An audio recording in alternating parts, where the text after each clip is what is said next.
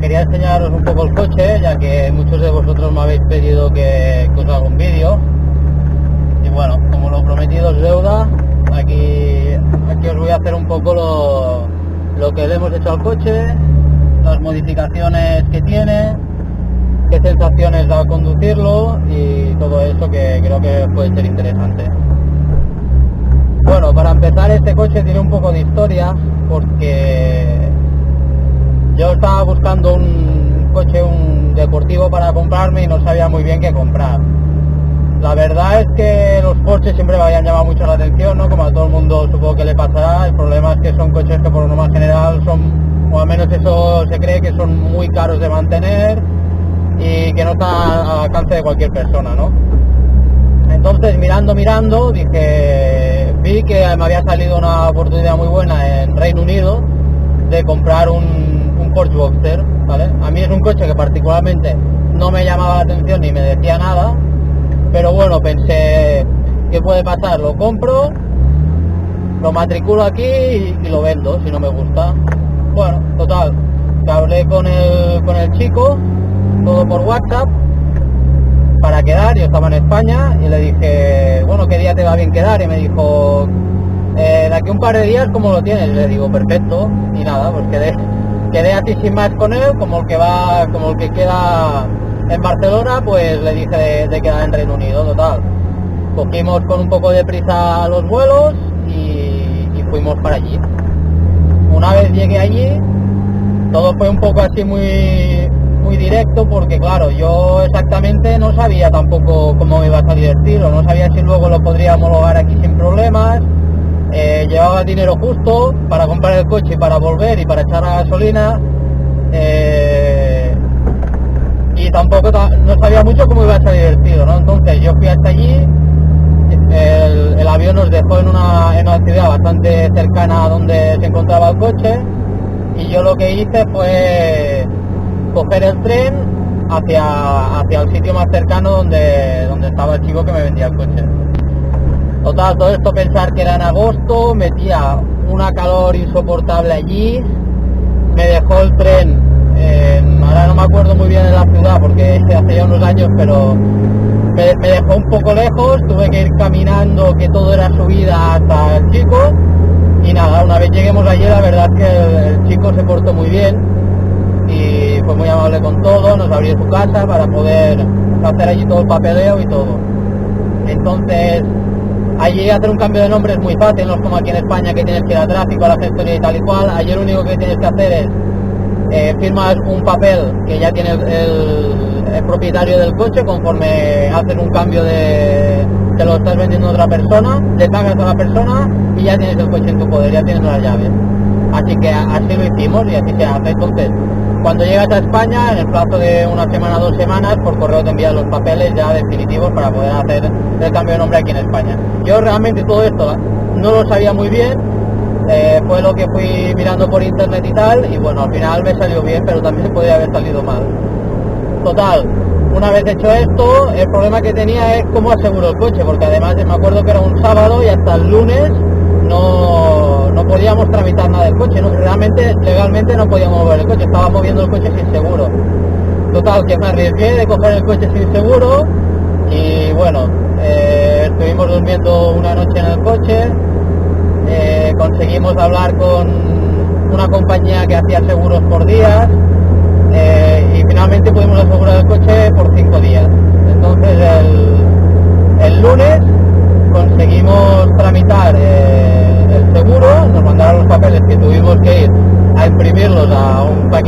allí, el problema es que claro, no teníamos ni pounds, porque allí todos pounds y nosotros solo llevábamos euros.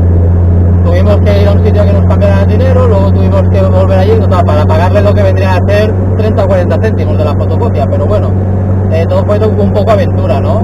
Desayunar allí, las costumbres de allí, bueno, realmente es un viaje que estuvo bien, bueno, una anécdota que estuvo bien. Luego una vez tuvimos el coche, lo tuvimos todo en regla, la verdad es que circular por allí era un caos, porque claro, volante al otro lado, los coches en vez de circular por la derecha circulan a la izquierda, las rotondas se hacen al revés, bueno, así que todo esto es una locura, yo no puedo estar conduciendo aquí, esto, total, que pues, para llegar hasta España hay que pasar por un sitio que se llama el Eurotúnel y nada, reservé el billete para el Eurotúnel, que básicamente es una especie de tren, que tú te metes con el coche y una vez has entrado, tú no lo ves, pero pasas por debajo del agua, es un túnel subterráneo, y cuando llegas a Francia, pues sales de allí y es como si no hubieras visto nada, ¿no? Entonces los coches van unos detrás de otro y te quedas ahí aparcado tú dentro del coche. La verdad es que creo que el viaje eran como 30 minutos o así, o sea, va bastante rápido. Ahora no me acuerdo cuánto duró. Una vez tuve el coche aquí, bueno, bajé todo Francia hasta que empezaron los problemas en Andorra. Justamente cuando pasábamos la frontera de Andorra a España, nos paró la policía y nos dijo que el coche que llevábamos, que no podíamos circular con este coche, que teníamos que pagar el IVA, que bueno, que me querían empapelar por todos lados. Al final, hablando con ellos y tal y cual, de buen rollo, y yo que me había informado un poco, realmente no podían retenerme de esa manera y yo en España ya liquidaría, si quería o no homologar el coche en España, matricularlo, el IVA, pero realmente no me podían multar por eso y claro, yo tampoco sabía si el seguro yo lo había hecho en Reino Unido y con la matrícula de Reino Unido cuántos días de validez tenía, ¿no? Pues luego me enteré que creo que eran 5 días, pero bueno, era todo un poco que no sabía si realmente por dónde iban a salir los tiros. Total, una vez llegué a España, me costó bastante matricularlo porque ya sabéis que todo lo que sean homologaciones, aunque sea algo tan simple como esto, todos son problemas. Pero bueno, finalmente se pudo matricular, creo que tardé aproximadamente unos 6 meses porque todo el problema fue por la ITV, que no me querían dar los papeles porque faltaba un código de homologación que bueno, fue un auténtico caos. Al final, un día así sin más, me dieron el código de homologación y pude matricular el coche. Y hasta el día de hoy. El coche es un Porsche Boxster 2.5, es el más pequeñito, de 204 caballos. Un problema y una cosa buena. El problema es que evidentemente es un 2.5 de 204 caballos, no es el S 3.2 de 252, pero lo bueno que tiene es que como realmente el bloque es el mismo, lo que hizo Porsche es cambiar el bore de los cilindros, hacer los cilindros más grandes, pero el bloque externamente es el mismo. Con lo que digamos, entre muchas comillas, que es como si hubiéramos metido unas camisas, no así, pero forjadas en el coche. Digamos que al meter turbo son unas camisas que aguantan más la potencia del coche. En cambio en el 3.2 tienes la ganancia de que como es un motor de más litros puedes sacar más potencia, pero tienes el problema de que no va a ser un motor tan fiable de entrada. El principal problema al llegar a España, una vez llegué aquí, es que el embrague pues me empezó a patinar hasta que petó. Esto pasó a lo mejor a la semana de estar aquí en España y ahí empecé pues a cambiar todo el coche. Monté frenos, monté suspensiones roscadas, el coche tenía muchísimo óxido por abajo, entonces cada cosa que tenías que sacar, bueno, era un auténtico caos, o sea, acababas cortando cosas y teniéndolo que comprar todo porque estaba soldado, era imposible sacarlo. Y bueno, prácticamente de parte de ciclo el coche se hizo todo de cero, lo que son suspensiones, bieletas, brazos, silent blocks, todo es nuevo porque no quería tener problemas.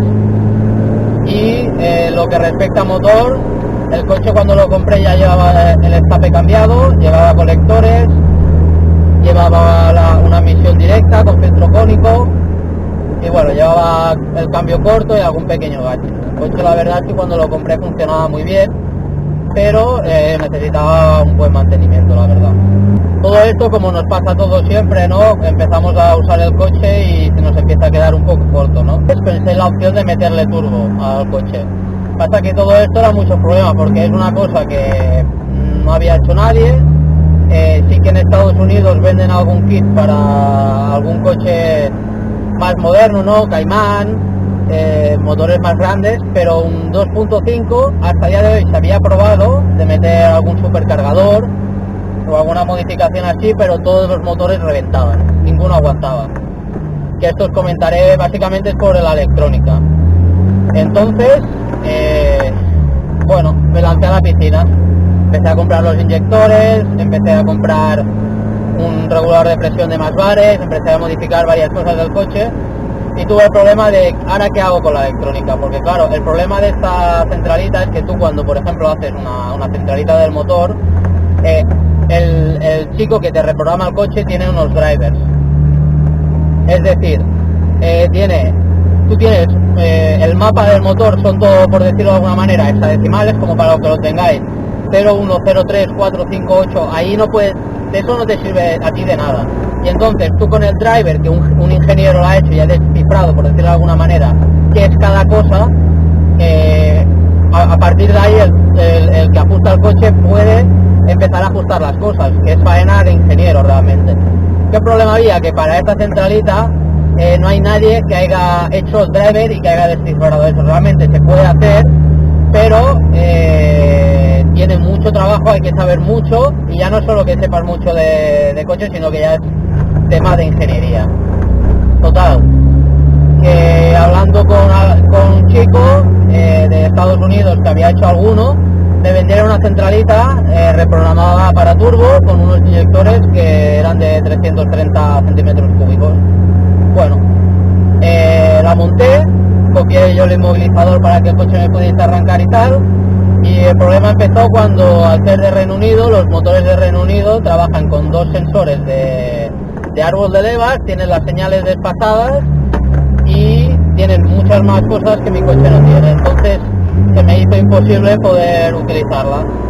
Al final estuve hablando con Raúl de Ruscos, la verdad es que es una persona que se ha portado muy bien conmigo, desde aquí le mando un saludo si me está viendo, y bueno, él me dijo que qué problema había, que él me ayudaba en lo que fuese y que el coche iba a funcionar perfecto. Así que nos pusimos manos a la obra, cogimos una centralita virgen, una Link EQ, y me ayudó con el tema del cableado y el mapa para poder arrancar el coche. El coche finalmente, después de mucho batallar, lo conseguí arrancar y llamé a Raúl, que vino desde Madrid en avión, para poder ajustar el coche, ya que yo la verdad es que había ajustado coches, pero algo de este calibre no lo había hecho nunca, y claro, pensar que es un mapa de cero, no es el típico que sí tengo un Golf tal y le quiero poner 50 caballos más y tengo ya los mapas, le doy un poco más y ya está, no, es hacerlo todo de cero, todo, no hay nada que tengamos. Entonces, bueno, él me ayudó mucho, me hizo la electrónica, la verdad es que el coche va muy bien, salimos del banco y al coche le patinaba el embrague, así que bueno, tuve que poner un embrague reforzado, y después de poner el embrague reforzado me petó un palier en concreto que se me partió por la mitad de la potencia, hasta tal punto que mandé a fabricar los palieres a medida, ya que para este coche solo los fabrican de Porsche Motorsport y cada palier son 3.000 euros. Entonces me los hicieron a medida, que era más barato y realmente posiblemente es hasta mejor. Una empresa que bueno, hace cosas de estas para ferrocarriles y bueno, trabaja muy bien el acero y tiene la capacidad para hacer estas cosas. Bueno, el coche iba muy bien, pero yo sentía que aún le faltaba algo más de potencia, porque en el banco solo nos soplaba 0,2, 0,3 bares. Así que cambié el muelle de la wastegate, que es lo que ajusta la presión del turbo, y le metí un muelle para que el coche tuviese más presión. Y ahora mismo está soplando a 0,78 bares aproximadamente, que la verdad es que el coche, la potencia se nota muchísimo. Y nada, ahora os quiero comentar un poco, ya que hemos hecho la historia, bueno, la historia un poco cómo fue el coche, cómo lo noto. Así que nada, os enseño un poco cómo va el coche y cómo suena.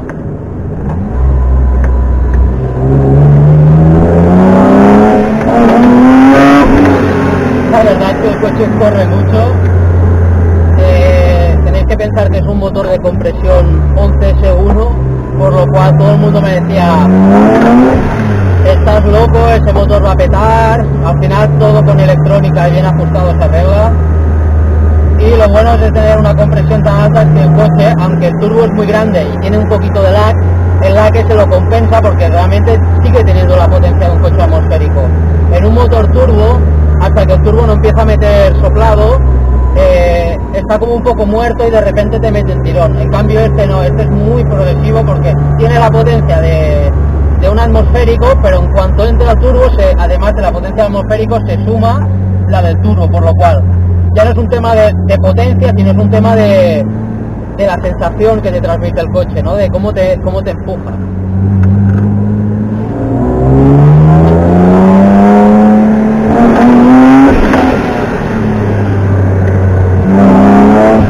Es un coche que la verdad es que se aguanta una barbaridad en la carretera.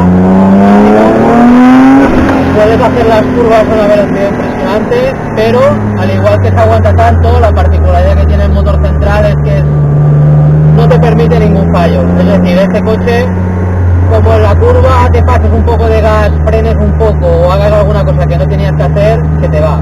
Y el problema de que se te vaya es que un motor central es muy difícil corregirlo una vez se te ha ido, porque al tener el peso medio te hace la peonza. Entonces hay que tener mucho cuidado con esto. El sonido la verdad es que es impresionante de este coche, es casi lo que más me gusta, porque es sonido a un coche suena como si fuera un Fórmula 1, la verdad es que tiene un sonido muy particular y además no es un sonido a lata ni un sonido feo.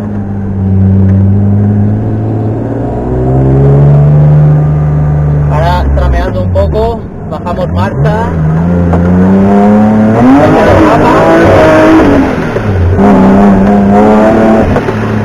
Tiene mucha potencia, empuja,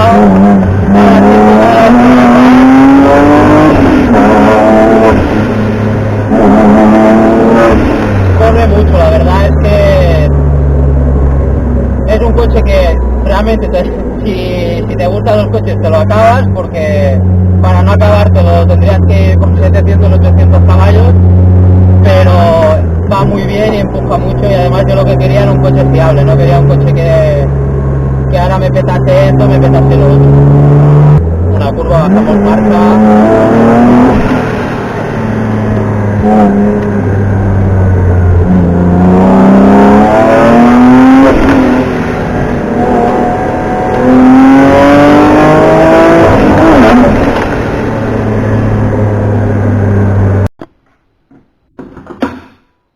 La parte delantera la encontramos totalmente vaciada. Se quitó toda la moqueta que cubría toda la zona, se pintó todo y se miró de aligerar todo el peso posible. Por aquí dentro se quitaron todos los tubos de aire acondicionado y todo lo que sobraba, y aquí en medio se instaló el extintor para repartir un poco el peso en el coche, ya que la batería también va en el centro, y bueno, tener un poco de seguridad si algún día pasa algo. Y atrás nos encontramos el sistema Active Aero, que es un sistema que va con un sensor de fuerza G que va adelante, y lo que hace es, dependiendo la frenada o la curva que estemos, el ala del alerón se va moviendo. Esto es un recipiente de agua, un vaso de expansión, y lo que hace es que todo el agua que circula por el intercooler, que es refrigerado por agua, es un sistema independiente al agua del motor. Entonces, pasa por aquí, va a parar a una bomba de Range Rover Supercharger y va a parar hasta el radiador del medio, de delante del todo, que es el que refrigera solo este circuito. Aquí vemos el tubo viene, vuelve a parar al radiador del intercooler de aire, que va refrigerado por agua, y vuelve al sitio. Aquí tenemos una modificación que tuve que hacer. Esto es un decantador de aceite y esto viene de Laos, que es lo que hace que, digamos, que el cárter, el motor respire todo el aceite que va generando. Por otro lado, este es el mismo turbo del motor y le hicimos toda la tubería esta en aluminio, va a parar al intercooler y del intercooler da toda la vuelta y va hasta la mariposa del motor. Y aquí tenemos una válvula de descarga, una HKS secuencial, que la verdad es que van muy bien y tienen muy buen sonido. La gracia de esto es que como hacemos la electrónica por MAP, en vez de caudalímetro como va de casa, podemos utilizar este tipo de válvulas de descarga. Si no, tendría que ser recirculada, porque digamos que estamos midiendo una cantidad de aire que se está yendo por aquí. De ese modo, volvemos loca la EQ. Esto que tenemos aquí es una especie, para que nos entendamos, de suplemento a cárter seco. Es decir, en coches que no tienen cárter seco, que cuando haces las curvas te puedes quedar sin aceite, este sistema va muy bien porque aquí hay dos cámaras, una de aire y otra de aceite. Entonces, cuando arranques el motor, digamos que esta cámara se llena de aceite y todo esto es aire que hay aquí, que nos lo marcaría aquí, ¿vale? Entonces, yo ahora siempre lo llevo cerrado, porque a mí me gusta el sistema manual, que siempre compensa todas las pérdidas de aceite. Si ponemos el sistema que va con la electroválvula, solo funciona cuando llega a una presión determinada. En cambio, este sistema funciona siempre.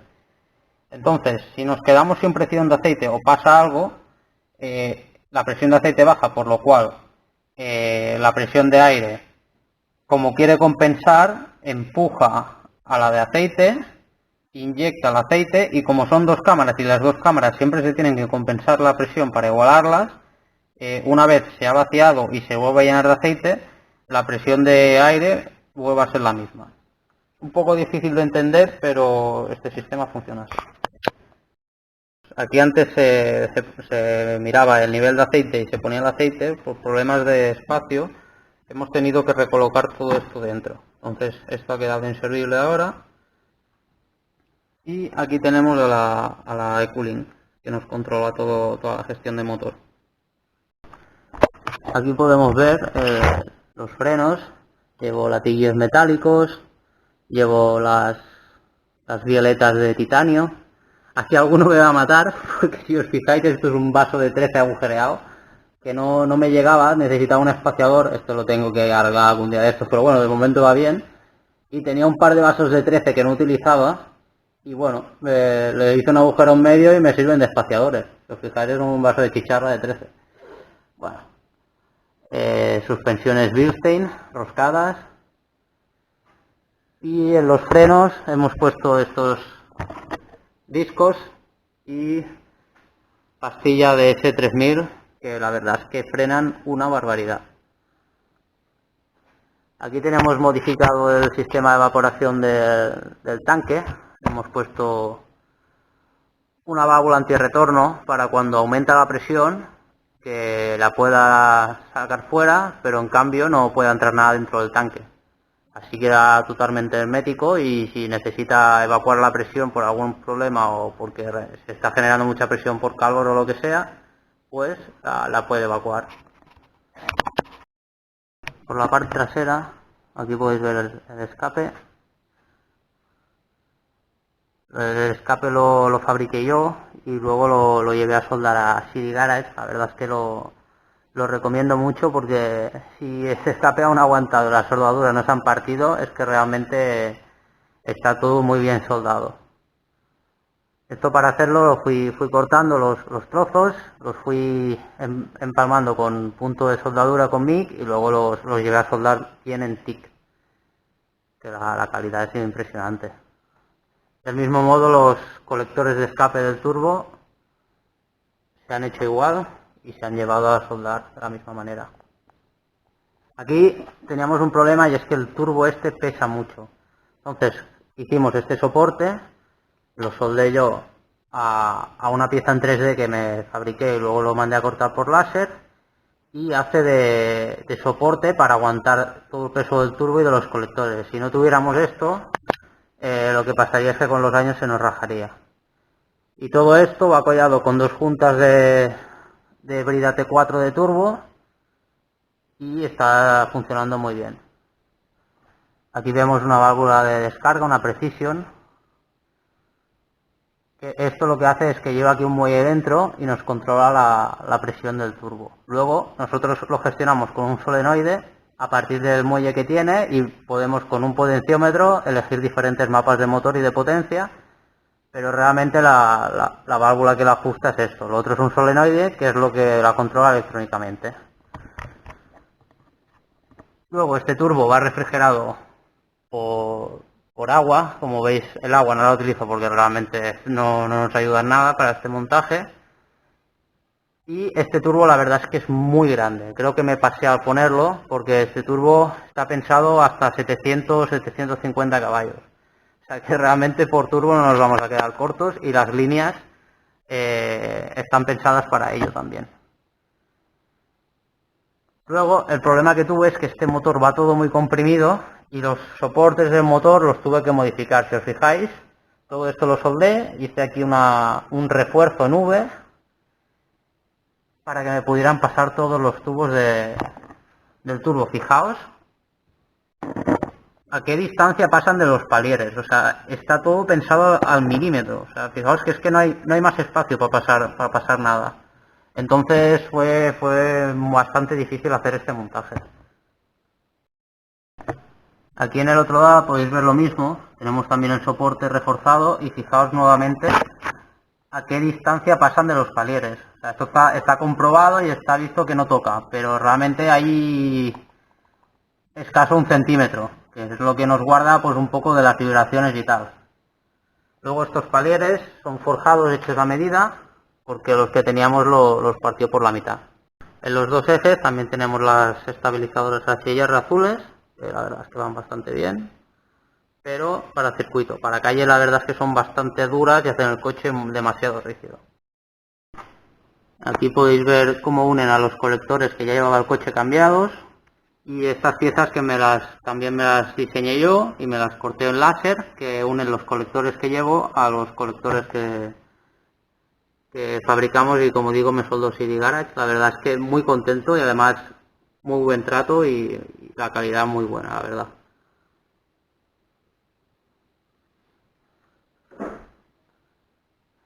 Por la parte de atrás, aquí podéis ver un problema que hay, es dónde se hace el retorno de aceite en estos coches. Bien, yo lo que hice es taladrar un agujero en una culata de un lado y le rosqué aquí un raccord, y aprovechamos esta bomba que lleva el coche, que es para evacuar el aceite que sobra de las culatas, y usamos ese sistema para evacuar el aceite que tenemos en el turbo. De esa manera no tenemos ningún problema a la hora de evacuar el aceite.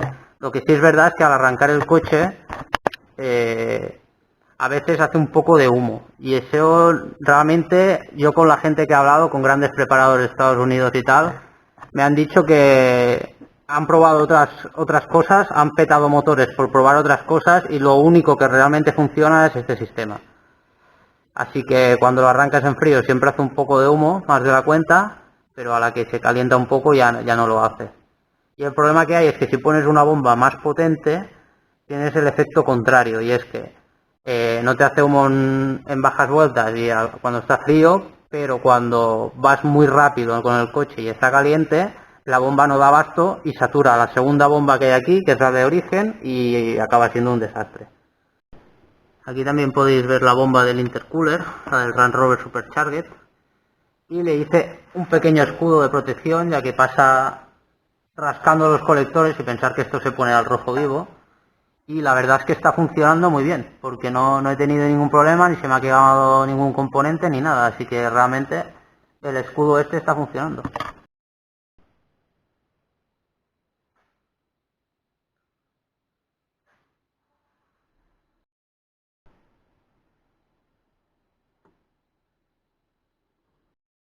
Y hasta aquí el vídeo de hoy, espero que os haya gustado, y si tenéis alguna duda no dudéis en escribirlo abajo y miraré de solucionarlo.